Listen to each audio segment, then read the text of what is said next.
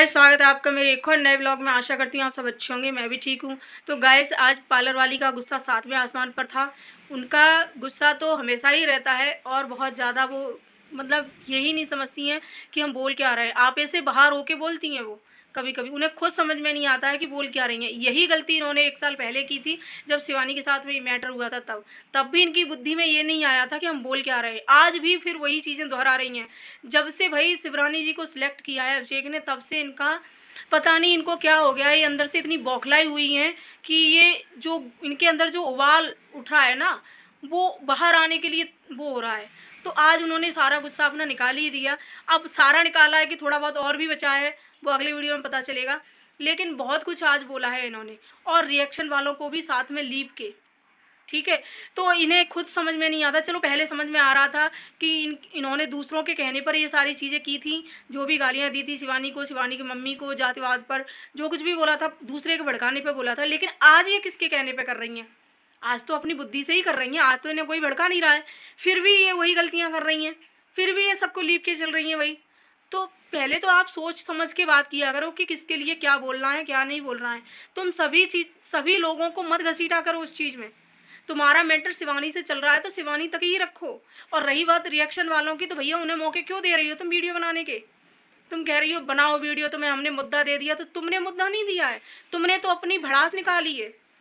शिवानी से जो तुम्हारी भड़ास भरी हुई है ना, शिवानी को लेके, वो भड़ास निकाली है। तो ठीक है, ये बहुत दिनों से तुम्हारे अंदर भरी हुई थी, वो निकाल ली है तुमने, क्योंकि काफ़ी दिनों से तुम उनके पक्ष में वीडियो बना रही थी। लेकिन जब से शिवरानी जी को उन्होंने सिलेक्ट किया, तब से तुम्हारे अंदर इतना गुस्सा आ गया, इतना गुस्सा आ गया कि शिवानी ने तुम्हें सिलेक्ट क्यों नहीं किया, है ना? यही कहीं ना कहीं तुम्हारे दिमाग में चल रहा है कि हमें सिलेक्ट कर लेते या किसी और को सिलेक्ट कर लेते, शिवरानी को ही क्यों किया? भैया किसी और को करते तब भी यही सवाल उठते। अब शिवानी ने एक ही शब्द में सारा जवाब तुम्हारा दे दिया था कि मेरा पैसा मैं चाहे कुछ भी करूं, चाहे किसी को दूं, चाहे किसी का घर बनवाऊं, उसने बोल दिया था ना। फिर इस पे आपत्ति क्या है? किसी को आपत्ति होनी ही नहीं चाहिए।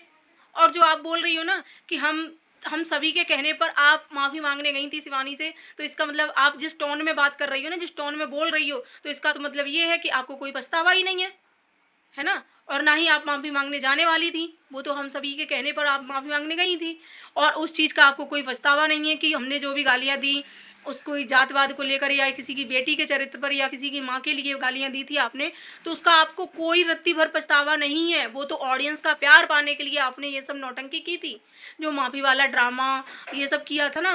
वो लग रहा है, क्योंकि आज जिस टोन में आप बात कर रही हो ना, उससे यही लग रहा है, पूरा यही लग रहा है कि जो भी तुमने माफ़ी मांगकर वो किया है ना, तो शिवानी के ऊपर बहुत बड़ा एहसान कर दिया भाई तुमने माफ़ी मांगकर, तो जो तुम्हें नहीं करना चाहिए था, है ना? आपका कहने का मतलब यही है।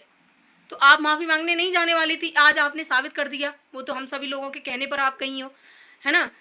तो भाई ठीक है, आप हमारे लोगों के कहने पर गई, आपने हमारी इतनी बात मानी, तो और बात क्यों नहीं मान लेती हो? और भी बात तो हम बोलते हैं, वो बात भी मान लिया करो। तुमसे कितनी बार बोला है कि तुम्हारा जब केस हाई कोर्ट तक पहुंच गया है, तो भैया वकील और जज के हाथ में है। वो जिस तरह से करेंगे वो कर लेंगे फैसला। अब चाहे तुम्हारे हक में आए, चाहे उनके हक में आए, अब फैसला वहीं से होगा। कोई कुछ नहीं कर सकता है, ना ही बांके बिहारी, ना ही राधा रानी, ना ही हम तुम, कोई नहीं कर सकता है।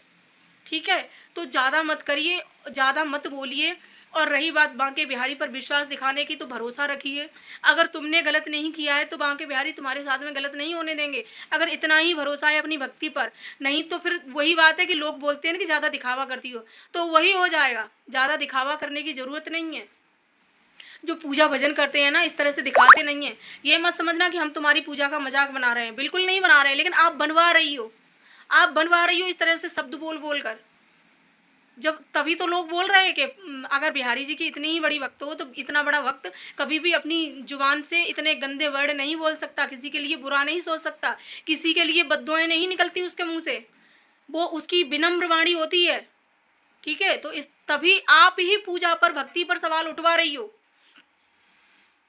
तो प्लीज़ ऐसा मत करो जो आज तुम कर रही हो ना। आज तुमने बहुत कुछ रिएक्शन वालों के लिए भी बोला है, शिवानी के लिए भी बोला है, तो भाई मत बोलो, मत करो इस तरह से हरकतें। क्योंकि फिर उतना ही तुमने तो इतना बोला भी नहीं, उससे कहीं ज़्यादा तुम्हें मिलेगा सुनने को। तो इसलिए कहते हैं कि थोड़ा वाणी में विनम्रता लाइए, थोड़ा संयम लाइए, अच्छे से बात करिए। जिस टोन में आप बात कर रही हो ना, उस टोन में बात मत करिए किसी से भी। लेकिन आप समझती नहीं हो, हम लोगों को तो पागल समझती हो, उंगलियां हम पर ही उठाती हो और बात भी हमारी सुनती नहीं हो। और जिन लोगों को कह रही हो कि गरीबों की परिस्थिति नहीं समझते हैं, अरियारी वाले के जो गरीब हैं उनकी नकल उतारते हैं, उनकी हंसी करते हैं, मजाक करते हैं, तो भाई वो कहीं के गरीब नहीं है। जो 50-50 रुपए का रोज़ गुटखा खा लेते हैं, मसाला खा लेते हैं, वो कहीं के गरीब नहीं है। 100-100 रुपए की रोज़ कोल्ड ड्रिंक पी जाते हैं, वो कहीं के गरीब हैं? कोई गरीब नहीं है। अगर कमाओगे नहीं, कुछ करोगे नहीं, मेहनत नहीं करोगे, तो सबकी स्थिति यही हो जाएगी, सब इसी तरह से हो जाएंगे फिर। और जो तुम कह रही हो कि हाथ पैर सलामत बने रहे, हम भी काम करने में पीछे नहीं हटते, तो क्यों नहीं कर रही हो? 1 साल से एक काम छूटा दूसरा कर लेती। शिवरानी की होड़ कर रही हो तुम, शिवरानी जैसा कह रही हो कि शिवरानी जैसा तो काम सभी कर लेते हैं। शिवरानी जैसा काम करने के लिए ना बहुत हिम्मत चाहिए। इतनी गर्मी में घर से बाहर निकलने के लिए दम निकल रही है लोगों की, और वो ऐसी गर्मी में ऑटो चला रही हैं, अपने घर का सारा खर्चा उठा रही हैं। उनके पति इस काबिल नहीं थे तो उन्होंने खुद ऑटो सीखा, ठीक है। एक काम छूटा, उनका पति जो काम करते थे उनका छूटा, तो उन्होंने खुद अपने कंधों पर जिम्मेदारी ले ली। तो वही तुम करो फिर। पार्लर छूटा, कुछ और काम करो। जब तुम कह रही हो कि औरतें क्या नहीं कर सकती, हम भी कहते हैं औरतें क्या नहीं कर सकती, औरतें सब कुछ कर सकती हैं। तो पार्लर ही तो छूटा है, हाथ पैर तो तुम्हारे सलामत है ना, कुछ और काम पकड़ लो। और ऐसे ही रोना रोना है तो रोते रहो भाई, सारी जिंदगी रोते रहो, उसमें क्या है। तो और 1 साल से तुम यही रोना रो रही हो, यही रोना रो रही हो कि हमारी दुकान बंद करवा दी, हमारा ये करवा दिया, हमारा वो करवा दिया, मेरी ज़िंदगी में उथल पुथल मच गई तब से। तो तुम खुद मचवा रही हो भैया, खुद मचवा रही हो। नहीं तो तुम्हारा एक काम छूटा था दूसरा पकड़ लेती। जब तुम शिवरानी जैसा ही बनना चाह रही हो, शिवरानी की होड़ ही करना चाह रही हो, तो बनो ना शिवरानी जैसा। तुम भी एक ऑटो ले लो, लोन पे फाइनेंस करवा लो, चलाओ ऑटो। दिव्यापुर में क्या ऑटो नहीं चलते हैं? चलते हैं ना। ले लो ऑटो, देखो चला के दिखाओ, 1 महीने चला लो, अगर शिवरानी की तरह मेहनत कर लो तो भैया जहाँ कहो वहाँ आ जाएं हम। करके तो देखो। पर लेकिन कहना और करना बहुत मुश्किल होता है, ठीक है। तो इस तरह से किसी के काम पर उंगली मत उठाया करो। जो भी काम करते हैं ना, सब बहुत अपने हिसाब से सब सही करते हैं। और शिवरानी जितनी मेहनत भाई कोई नहीं कर सकता, हम तो नहीं कर सकते भाई। इतनी धूप में निकलना बहुत मुश्किल होता है, और इस तरह से ऑटो चलाना भीड़ भक्कड़ में, पता नहीं कब कैसी सवारियां मिल जाएं, शराबियां मिल जाएं, कबाड़ियां मिल जाएं, कैसे मिल जाएं। सबको बिठाना है कि भाई चंद पैसों का लालच होता है कि बिठा लो, कोई बात नहीं, हमें तो पैसे से मतलब है। तो ऐसे ऐसे लोगों का सामना करना पड़ता है, ठीक है। तब जाके 4 पैसे कमा के अपने घर में घुसते हैं। तो दिव्यापुर में भी ऑटो चलते हैं, ले लो फाइनेंस करा के एक ऑटो, तुम भी चलाओ, हाथ पैर तो सलामत है ना। तो फिर दूसरों की फिर वो मत किया करो। और जो भी रिएक्शन चैनल वालों के ऊपर उंगली उठती है भाई, आज पहली बार नहीं उठ रही है, हमेशा से उठती आई है, उठती रहेगी। उधर अरियारी वाले भी सब लोग रिएक्शन चैनल वालों पर ही उंगली उठाते हैं, जबकि रिएक्शन चैनल वाले कभी भी पहले नहीं बोलते हैं।